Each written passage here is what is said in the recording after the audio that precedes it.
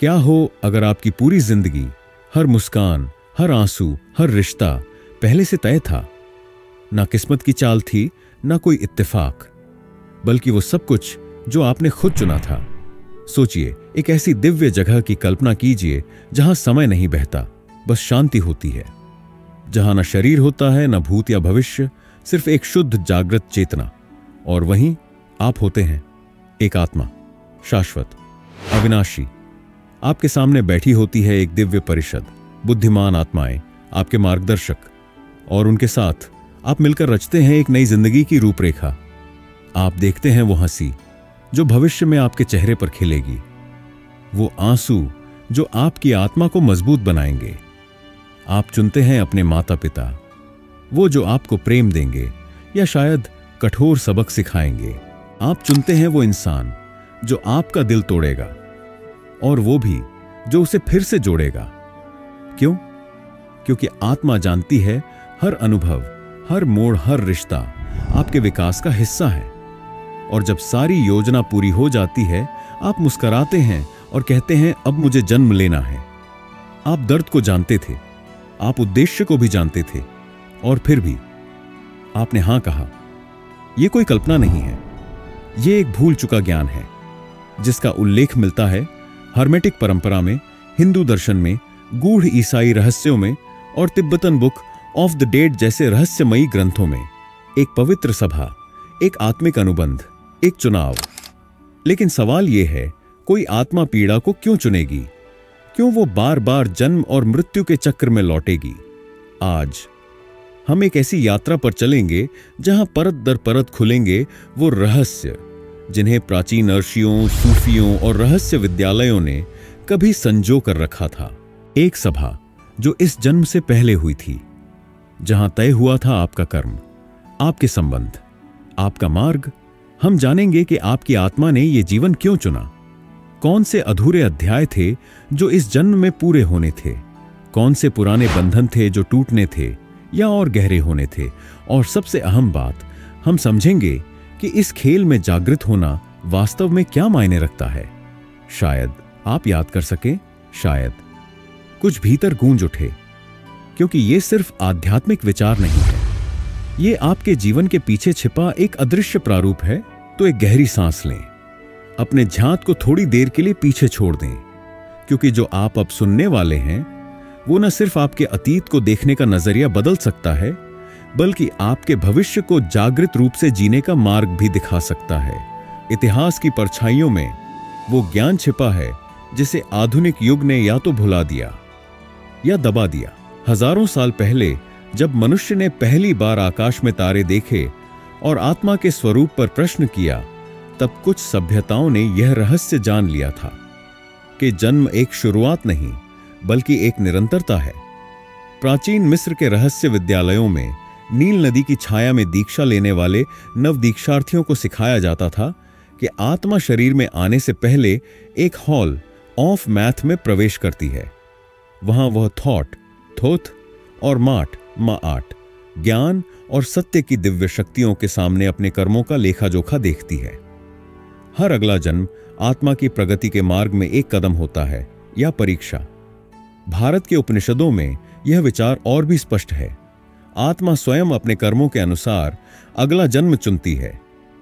यह सिर्फ एक फल का नियम नहीं है, बल्कि एक चेतन निर्णय है। गर्भोपनिषद तक यह बताता है कि कैसे आत्मा गर्भ में प्रवेश करती है और कैसे उसे जन्म के साथ ही सब कुछ भुला दिया जाता है। परंतु यह भूलना भी योजना का हिस्सा है। तिब्बती बौद्ध ग्रंथ Bardo Thodol, Tibetan Book of the Dead, आत्मा की मृत्यु के बाद की यात्रा का विस्तृत वर्णन करता है। कैसे यह विभिन्न प्रकाशों, आवाजों और दृष्टियों के बीच चुनाव करती है, और अगर आत्मा जागरूक हो तो वह अपने अगले जीवन को चुन सकती है। प्लेटो, जो ग्रीक नहीं बल्कि मिस्र और ओरिएंट के रहस्यमयी ज्ञान से प्रभावित थे, अपने ग्रंथ द मिथ ऑफ एर में एक सोल मीटिंग का वर्णन करते हैं। आत्माएं पुनर्जन्म से पहले जीवन के विभिन्न विकल्पों में से चुनती हैं।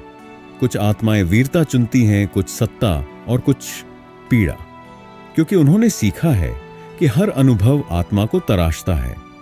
तो फिर ये ज्ञान गायब कैसे हो गया? जैसे जैसे धर्म संगठित हुए, संस्थाएं बनी और सत्ता ने भय को हथियार बनाया, वैसे वैसे आत्मा की स्वतंत्रता का विचार असुविधाजनक बन गया। तुमने अपने जीवन को चुना है, यह बात सशक्त बनाती है।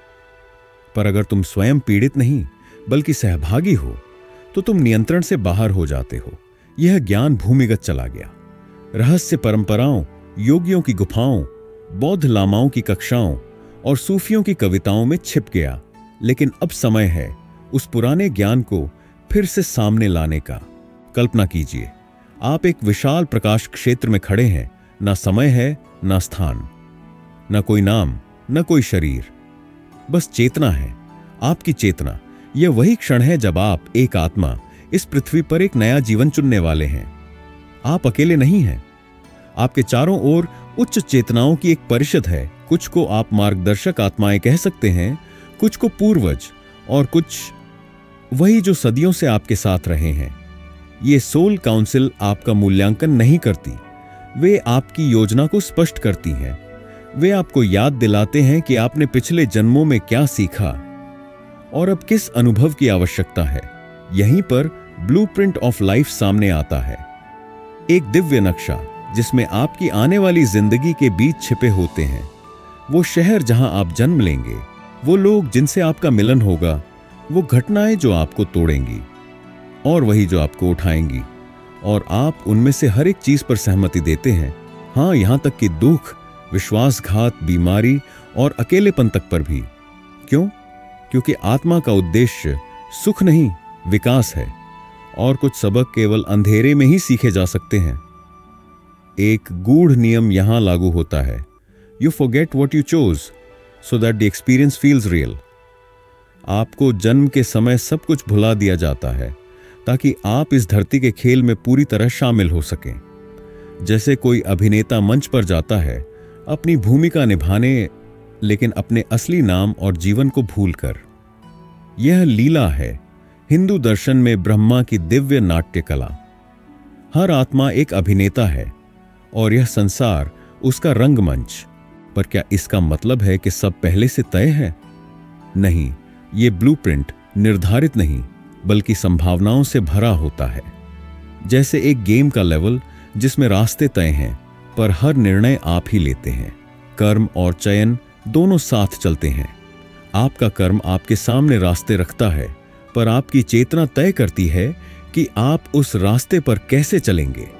और यह वही स्थान है जहां आत्मा ने अपनी सबसे कठिन पसंद की, एक भूलने वाला जीवन चुनना, ताकि याद करने की यात्रा शुरू की जा सके।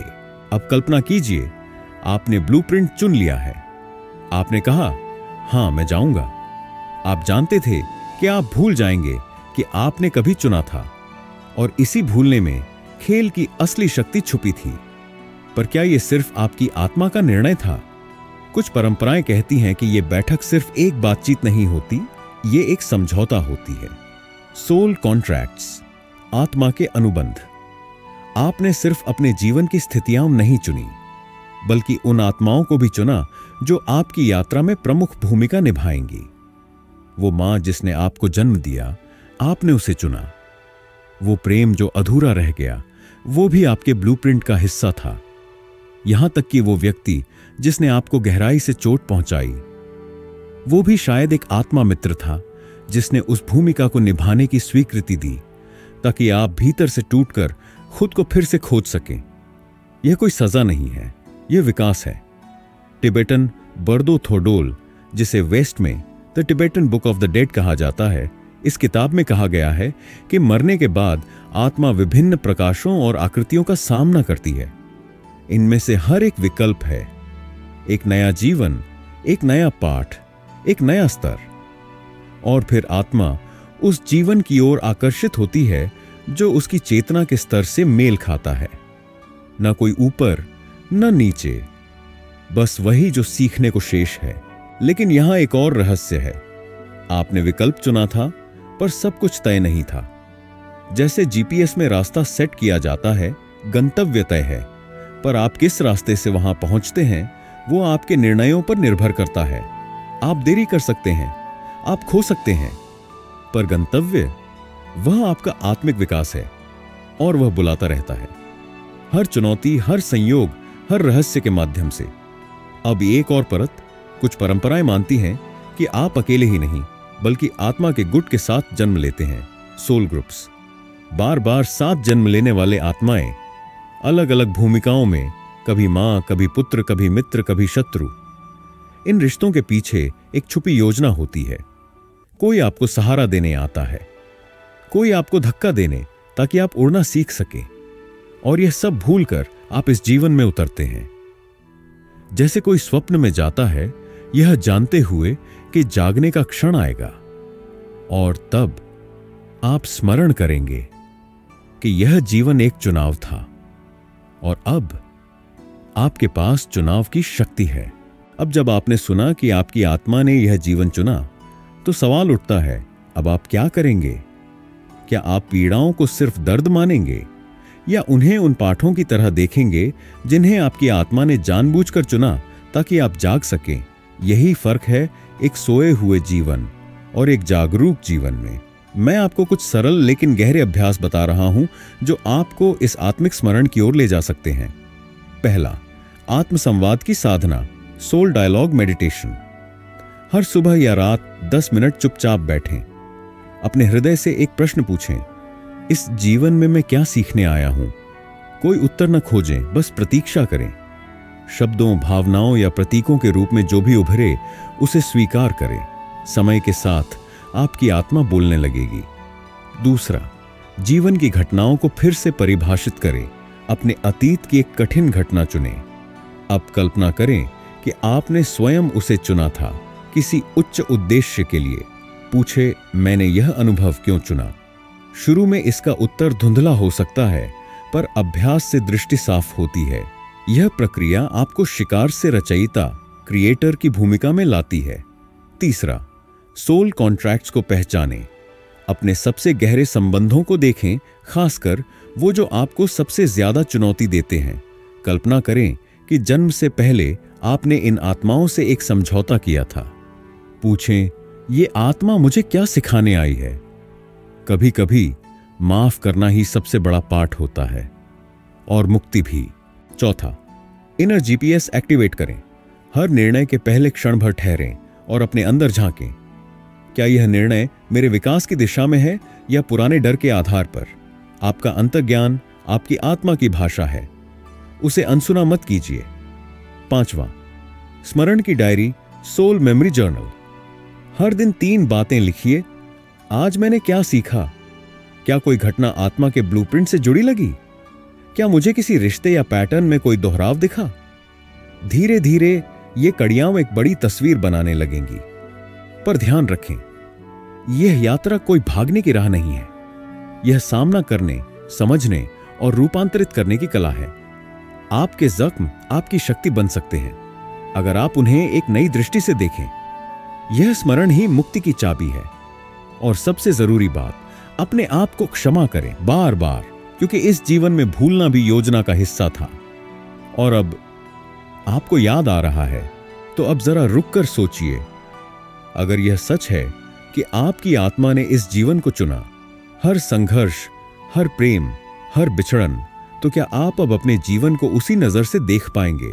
हम में से हर एक ने इस धरती पर आने से पहले एक बैठक में भाग लिया, एक दिव्य सभा, जहां हमारे आत्मा मार्ग को समझदारी से, प्रेम पूर्वक और संपूर्ण चेतना के साथ चुना गया।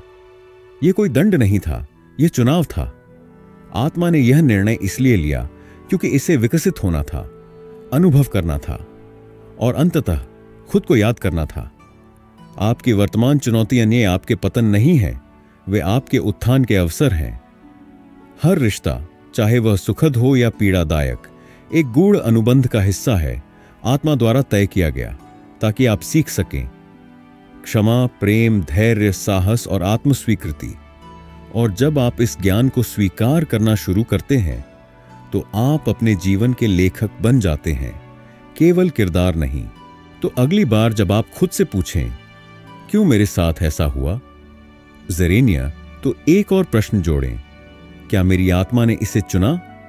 और अगर हां, तो क्यों? यही आत्म जागरण की शुरुआत है। अगर यह वीडियो आपके भीतर कोई हलचल लाया हो, कोई याद, कोई प्रश्न या कोई शांति, तो इस यात्रा को आगे बढ़ाएं। इस चैनल को सब्सक्राइब करें, क्योंकि यहां हम सिर्फ बातें नहीं करते, हम आत्मा की भूली हुई कहानियां फिर से सुनते हैं और याद दिलाते हैं कि आप कोई साधारण अस्तित्व नहीं है। आप एक प्राचीन आत्मा हैं जो इस जीवन में कुछ खास सीखने आई है। अब सवाल यह नहीं है कि आप क्या कर सकते हैं, सवाल यह है, क्या आप जागने के लिए तैयार हैं?